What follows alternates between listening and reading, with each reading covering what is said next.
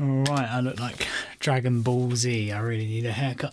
That's cool. Let's just do it. Let's just go for it. It's great to see that so many of you are enjoying these new style of arrangement breakdown videos. I'm enjoying making them. It's a nice change of pace from the brass stuff. This one is just for you, Camille. Good shout on the tune. This is an older arrangement that I think still stands strong amongst the newer, more tidier arrangements that I've been putting out recently. And it's also going to be a good one to demonstrate a few things that you can do with a larger ensemble that you can't do as easily or as effectively with a smaller ensemble like a quintet. We're going to have a look at how I've used doubling in this arrangement to highlight certain textures or melodies, and also overlapping melodies which feature in the original, and we're going to look at how I've sort of tackled that problem in this arrangement. So let's crack on, shall we? First up, what is doubling, I hear you ask? Well, in the musical world, it can mean a few things. For example, a flautist could double on a piccolo, or a trumpet player could double on a flugelhorn. But in this arranging and orchestration context, it refers to two or more instruments playing the same line at the same time. It's a good way to thicken up a line that you want to bring out, not just because of the natural increase in volume by having more players playing the same line, but also because of tuning discrepancies and differences in timbre that can combine in interesting ways. So how does this work? Well, obviously, having more players playing the same line together, the volume increase is pretty obvious. You've got two people playing is going to be louder than one person. But what about the tuning discrepancies that I mentioned? Well, this isn't really possible to hear on the computer playback because your computer is always perfectly in tune. You can only hear the effect of this with some good old fallible humans and their inconsistencies. So let me demonstrate this. Here is the main chorus hook, the first time it appears on the flugelhorn in the first chorus.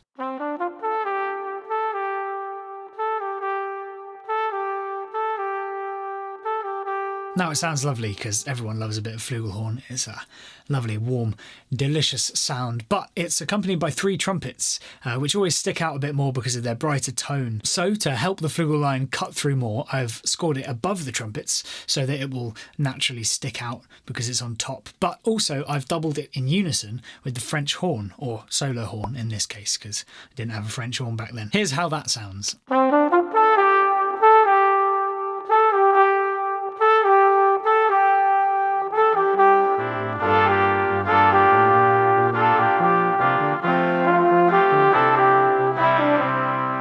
With the horn joining in, it now sounds a lot thicker and certainly takes a step forward into the spotlight. But there's also something else going on here. We've created a whole new texture, a whole new timbre by combining these two instruments with different sounds and in different registers of the instrument as well. We've mixed a flugel in its mid-register with a horn in its upper register, which, although they are playing the same pitch, you can tell the horn is higher in its range. And this makes the melody sound like it's higher than it actually is, which is always a good trick to have up your sleeve. The mid-register of the flugel, while full-bodied and easy to play loud in, does run the risk of blending into the background a bit because that's what flugelhorns are quite good at. But the slight rasp of the horn's upper register adds a nice bit of bite. It's a bit like writing some text on a pattern background and then outlining it so that the text pops out and you can read it more easily. So I've done this again here in the second chorus where the trumpet line was too high to go up an octave but too low to sort of cut through on its own. So I've doubled the trumpet and flugel with a horn in its upper range, helping to give the impression of a higher line.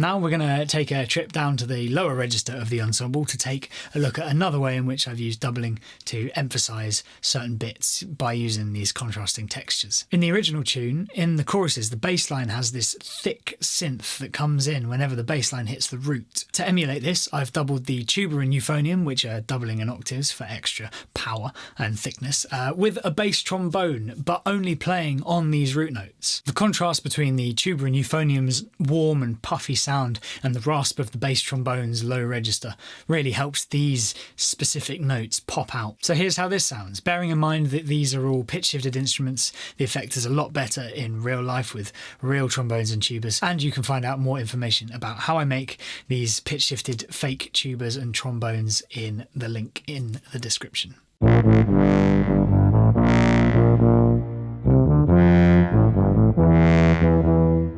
So obviously when you're doing this sort of doubling where you're just picking out certain notes to highlight, it's a lot more difficult to do this with a small ensemble because you don't have enough voices to spare. So this is why this technique works particularly well with larger ensembles. For a great example of this emphasis by doubling specific notes in some legit music, check out Elgar's First Symphony. In the opening of the first movement, not that you can see it here on the paper, but the trumpets, trombones, harp and timpani emphasise certain notes in the accompaniment and the chords and the melody. And I think it was the first time I remember experiencing this sort of doubling while I was playing second trumpet in a performance back in my school days. It's always a good idea to keep your ears open for little bits, little features of pieces you're playing in your ensembles that you would like to appropriate for your own music later. So the other thing I said I'd talk about in this video is overlapping melodies, and I think this is probably the main reason why I chose to arrange this for a dectet rather than a quintet. Overlapping melodies are things that happen all the time in pop, rock and hip hop music,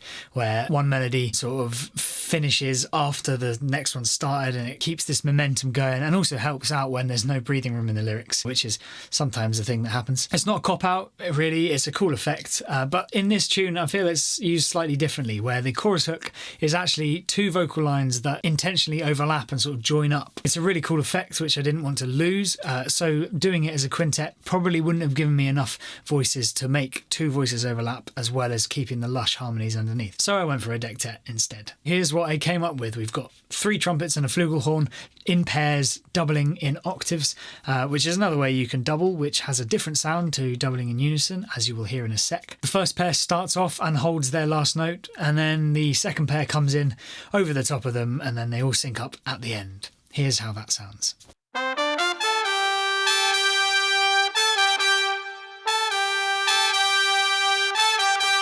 So that's that. I think it's a really cool effect, the way they overlap, and having them in octaves doubling over sort of a thick chord really makes it soar over the top. And that's a little peek at Paradise.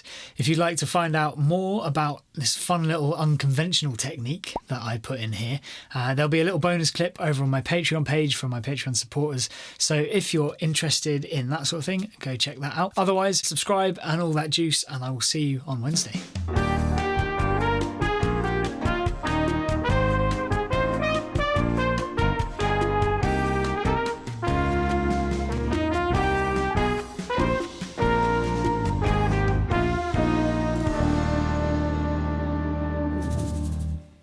I'm going to have to keep readjusting my hair.